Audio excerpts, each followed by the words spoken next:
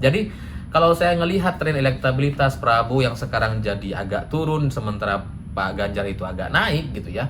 Itu karena kalau diibaratkan di saham itu gitu ya, Prabowo ini dipom-pom tuh, dipompa. Wah, dikirim buzzer, ayo beli gitu kan. Dikirim influencer, ayo beli gitu ya. Jadi harganya jadi naik gitu. Sampai kemudian di luar batas kewajaran. Harganya tuh sudah terlalu tinggi gitu.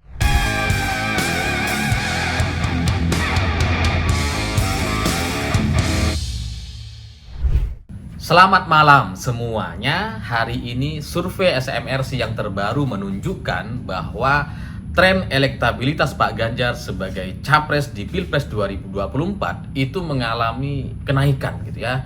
Dan ini cenderung berbalik arah dari yang sebelumnya agak stagnan atau bahkan cenderung turun gitu ya.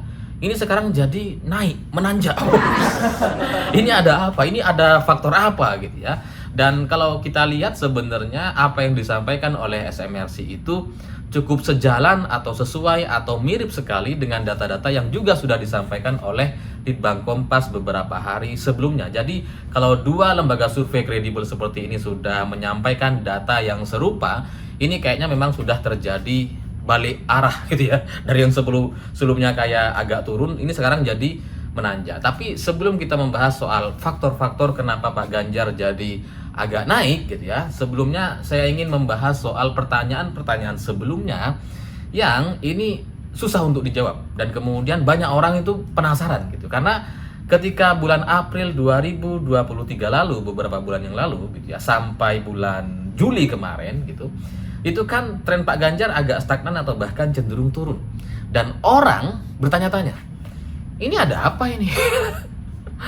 Pak Ganjar yang sebelum dideklarasikan itu cukup bagus gitu ya, naik ya agak turun di soal Piala Dunia U20 gitu ya. Tapi setelah dideklarasikan ini kok nggak ada perkembangan gitu. Terus turun, stagnan turun gitu ya. Ini ada apa? Dan kemudian orang-orang menyalahkan PDI Perjuangan. Wah, ini karena Pak Ganjar dideklarasikan sama PDI Perjuangan. Oh, ini karena Pak Ganjar sering pakai baju merah.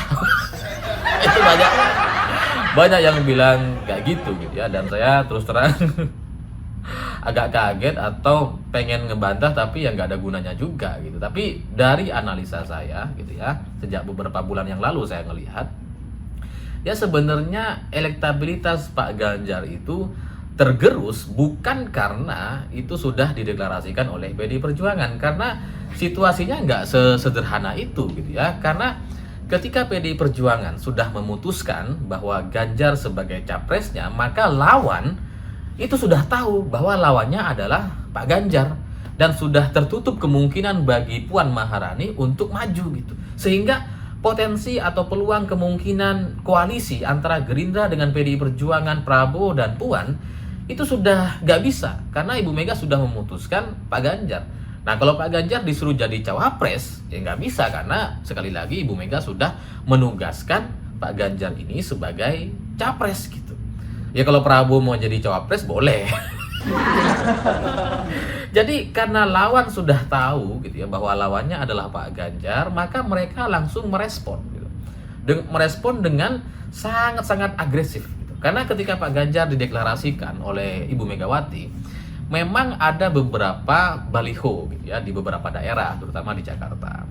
Tapi itu kan hanya apa ya, hanya sebagai sebuah awalan gitu, sebuah perayaan deklarasi gitu, bukan bagian dari kampanye atau strategi untuk pemenangan.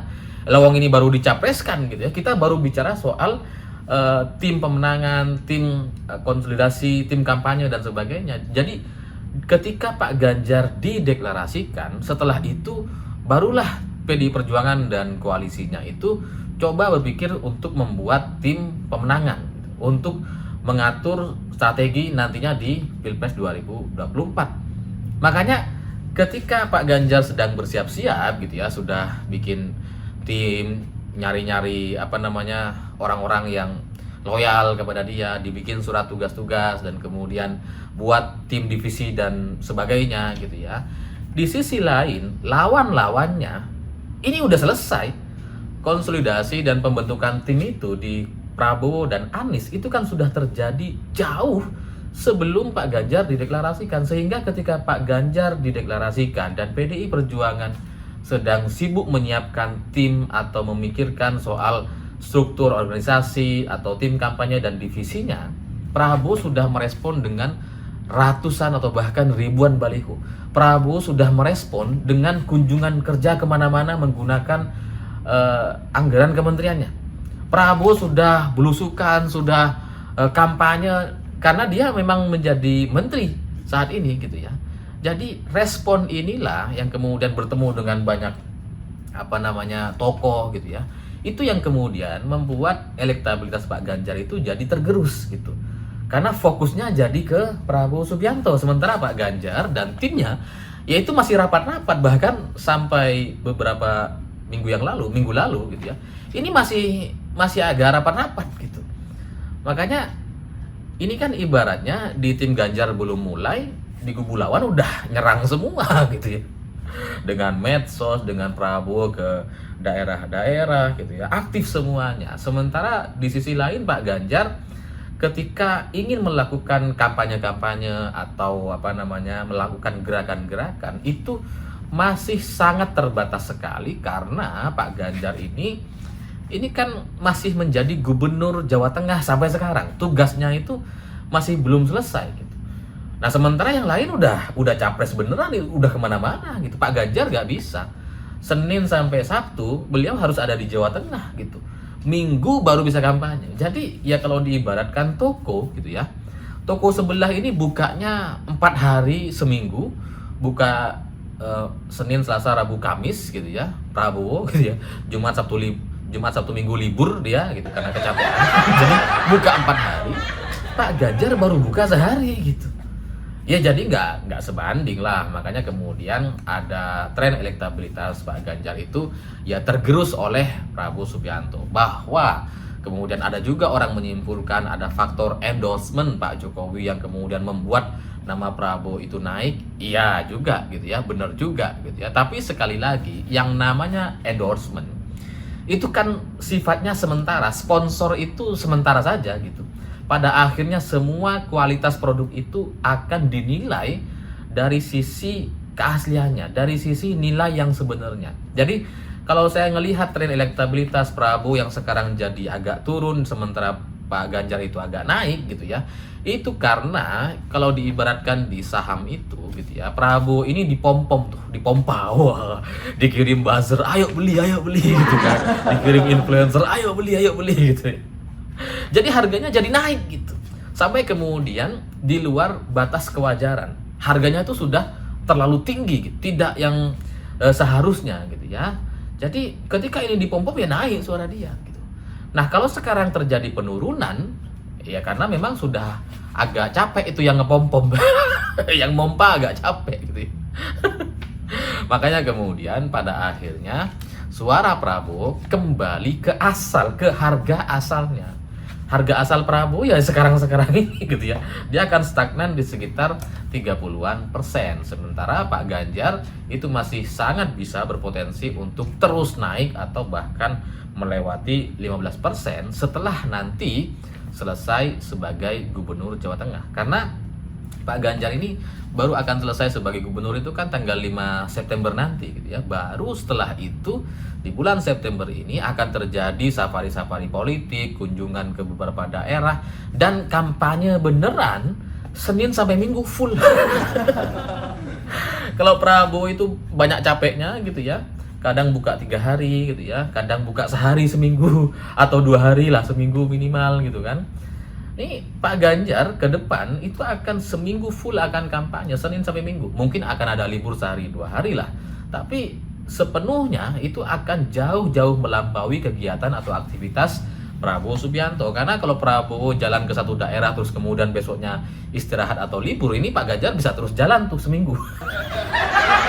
Nah, dengan intensitas dan banyaknya aktivitas yang dilakukan oleh Pak Ganjar nanti, ini akan terjadi perubahan yang juga akan sangat signifikan di elektabilitas Pak Ganjar sebagai capres di Pilpres 2024.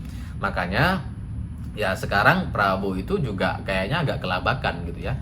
Ya karena kalau kita mau ngadu soal fisik dan stamina atau kunjungan atau kampanye, jelas Prabowo kalah. Sementara rakyat itu butuh kehadiran pemimpin. Maka kalau kita ngelihat lembaga survei atau survei-survei yang terjadi sebelumnya, itu sebenarnya mudah sekali untuk dibaca.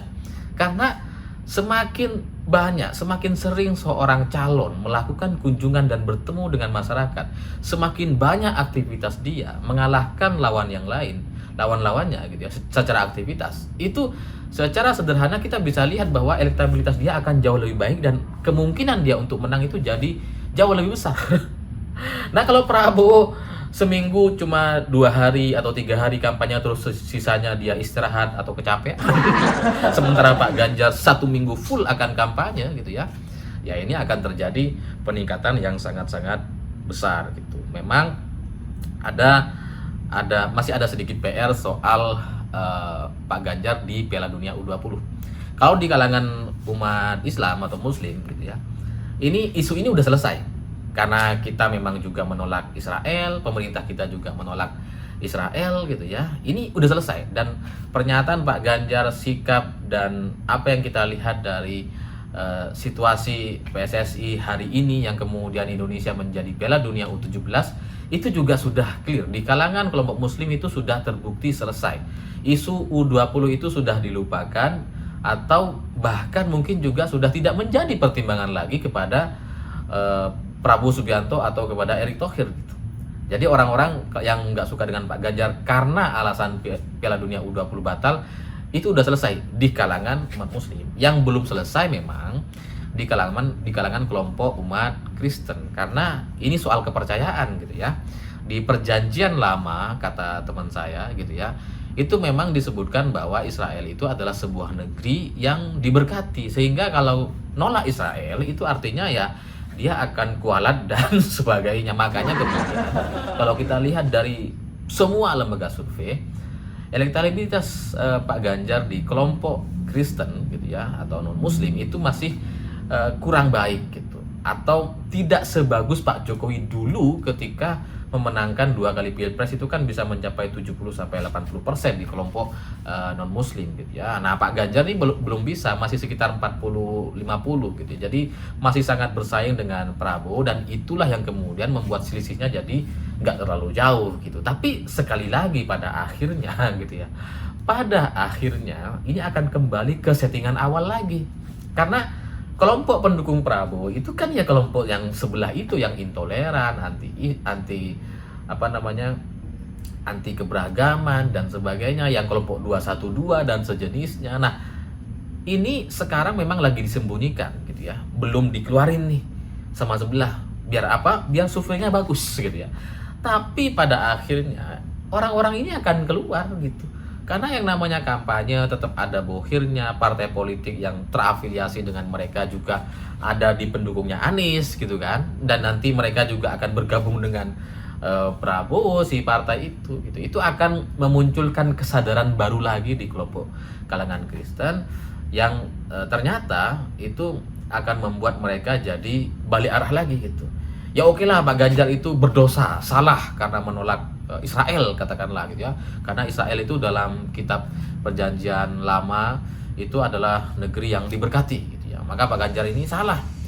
Tapi sekali lagi pada akhirnya kita akan ngelihat gitu bahwa ya orang-orang di Indonesia, umat Kristen di Indonesia, mereka akan melihat dan membandingkan. Kalau Pak Ganjar salah secara aturan-aturan atau apa yang sudah disebutkan dalam Alkitab gitu ya, Prabowo lebih salah lagi, karena mereka bukan hanya soal keberagaman dan intoleran dan sebagainya yang berada di kelompok mereka gitu ya, tapi juga itu kan mengancam secara real kehidupan berbangsa dan bernegara di Indonesia ini. Orang-orang yang di kelompok umat Kristen pasti nggak nyaman dengan kelompok pendukung Prabowo yang nantinya ada dari kelompok 212 dan sejenisnya. Jadi kalau pertimbangannya antara perjanjian lama di Alkitab dan kondisi real kehidupan bermasyarakat di Indonesia hari ini, pasti kelompok Kristen akan melihat ya kita kayaknya harus mengamankan diri dulu gitu.